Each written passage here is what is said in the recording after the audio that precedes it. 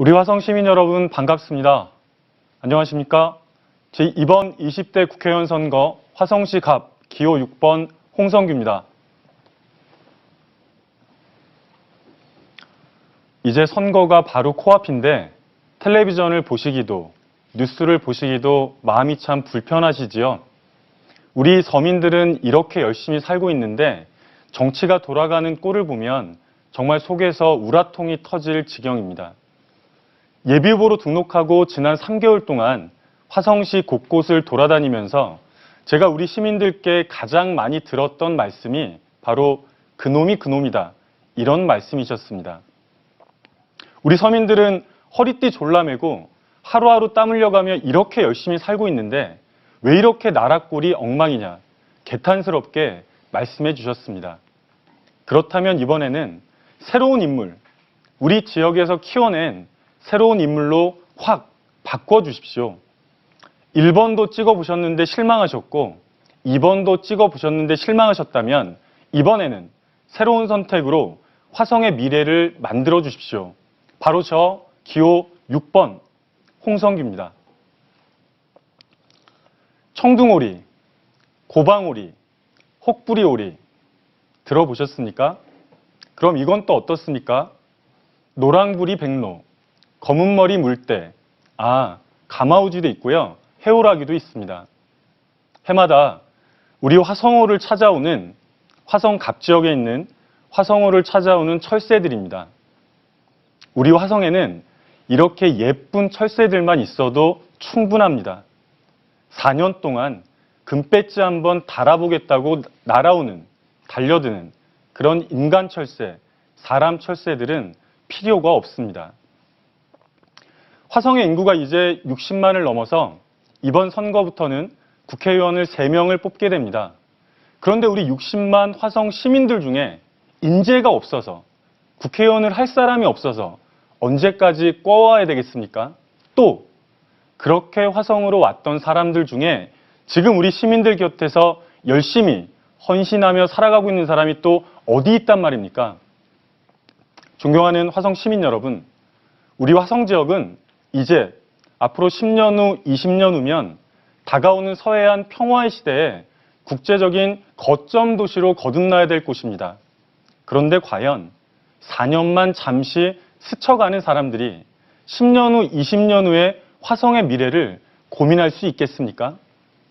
지금 필요한 것은 우리 화성과 과거를 공유했고 지금 현재 동고동락하고 있으며 앞으로도 화성의 미래를 함께 살아갈 젊은 일 잘하는 정치인입니다. 저 홍성규는 서울대학교에서 도시공학을 전공했습니다. 이제 우리 화성에 10년 후, 20년 후를 내다볼 수 있는 도시계획 전문가를 선택해 주십시오. 이번에 국회의원 선거구가 하나 더 늘면서 저를 아껴주시는 많은 분들께서, 시민분들께서 갑이 아니라 이왕이면 을이나 병지역으로 출마하는 것이 어떻겠느냐는 말씀을 정말 많이 해주셨습니다. 이 자리를 빌어서 그 안타까운 마음, 저를 아껴주셨던 모든 분들께 감사의 인사를 드립니다. 그러나 저는 화성시 8탄에서 태어나서 중학교까지 나오고 그리고 다시 고향으로 돌아와 이곳에서 우리 시민들과 함께 동고동락하고 헌신하고 있는 일꾼입니다. 정치적 유불리에 따라서 지역구를 바꾸는 것은 저의 소신에도 맞지 않고 새로운 정치에도 맞지 않는다고 생각합니다. 그러나 그것뿐만이 아니라 더 큰 이유가 있습니다. 우리가 살고 있는 이곳 화성갑은 지금으로 보면 동탄 지역보다, 화성의 동부 지역보다 낙후되어 보이는 것도 사실입니다. 그러나 존경하는 화성 시민 여러분, 우리 갑 지역 주민 여러분, 이제 10년 후, 20년 후를 내다본다면 저는 감히 여러분에게, 우리 시민들에게 화성 갑이야말로 우리나라 전국에서 가장 보석 같은 곳이라는 말씀을 드리고 싶습니다. 박근혜 새누리당 정권이 들어오고 나서 13년 동안 잘 가동되었던 남과 북의 경제협력의 상징이었던 개성공단마저 중단되었습니다. 대립과 갈등이 격화되고 있습니다. 그러나 이것이 과연 언제까지 가겠습니까? 남과 북이 화해와 협력의 시대로 접어들고 평화와 통일로 나아가는 것은 바로 우리 역사의 순리입니다. 자, 한번 생각해 보십시오. 남과 북이 사이좋은 관계가 되고 거기에 중국까지도 관계가 개선이 되면 이제 화성 옆에 있는 서해안은 평화의 바다가 됩니다. 내해가 될 것입니다. 그렇다면 우리 화성갑 지역은 이제 국제적인 서해안 평화의 시대에 국제적인 거점 도시가 될 것입니다. 역사가 증명해주고 있지 않습니까? 바로 1500년 전 당항성을 두고 고구려 백제 신라가 치열하게 쟁탈전을 벌였습니다. 그 당항성 바로 화성 남양에 있는 당성입니다. 왜 그렇겠습니까? 중국으로 가는 가장 중요한 교역항이자 직항로이기 때문입니다.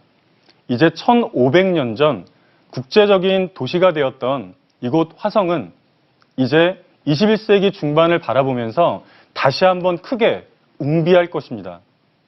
존경하는 화성 시민 여러분, 우리가 준비해야 될 것은 바로 이것입니다. 과연 누구와 함께 우리의 이 미래를 준비할 수 있겠습니까? 말씀이 나온 김에 한 말씀만 더 드리겠습니다. 지금 수원 군 비행장 이전 문제가 우리 지역에서는 초미의 관심사가 되고 있습니다. 그 이전을 반대해야 되는 이유는 수도 없이 많지만 저는 우리 화성 시민들에게 이 말씀만큼은 꼭 드리고 싶습니다. 정말로 우리 화성의 미래를 걱정한다면 군 비행장은 절대로 화성으로 들어와서는 안 됩니다. 우리 화성의 미래가 망가지는 일입니다. 짓밟히는 일입니다.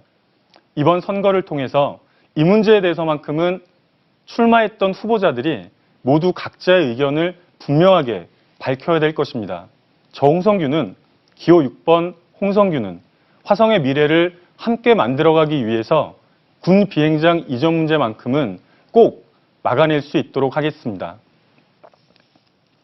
도시계획 전문가로서 우리 화성의 미래에 대해서 조금만 더 말씀드리겠습니다. 위에서부터 내려와 볼까요? 자, 송산에 있는 공룡알 화석지는 전 세계적으로도 찾아보기 어려운 천혜의 자연 경관입니다.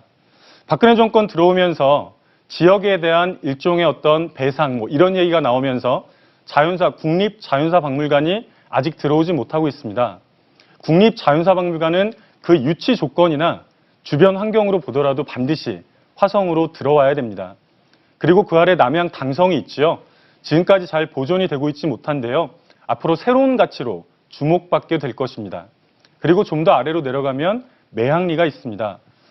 미군 기지가 빠진 지 10년이나 지났는데 아직 평화생태공원의 첫 삽도 뜨지 못했습니다. 그럼에도 불구하고 전 세계적으로 많은 탐방객들이 지금도 오고 있습니다.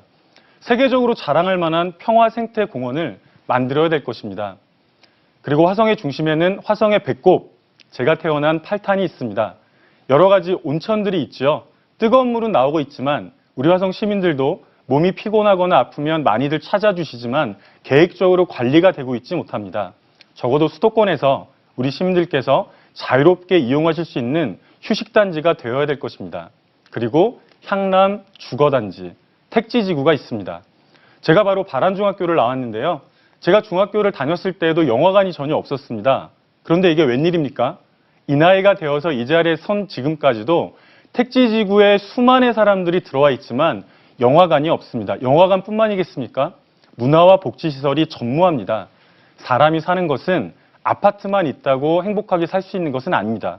향남의 택지지구는 문화와 복지시설이 확충이 되면서 정말 즐겁게 살 수 있는 곳으로 변모해야 합니다.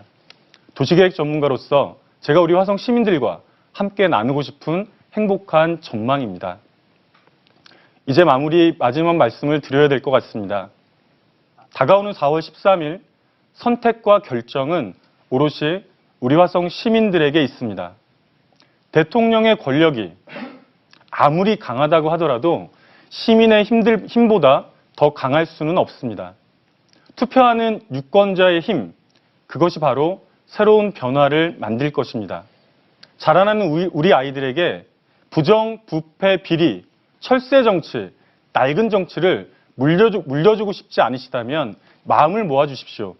힘을 모아주십시오.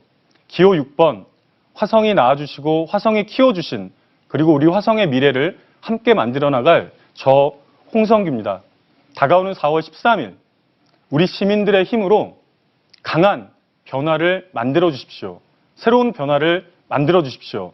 저 역시 열심히 뛰겠습니다. 고맙습니다.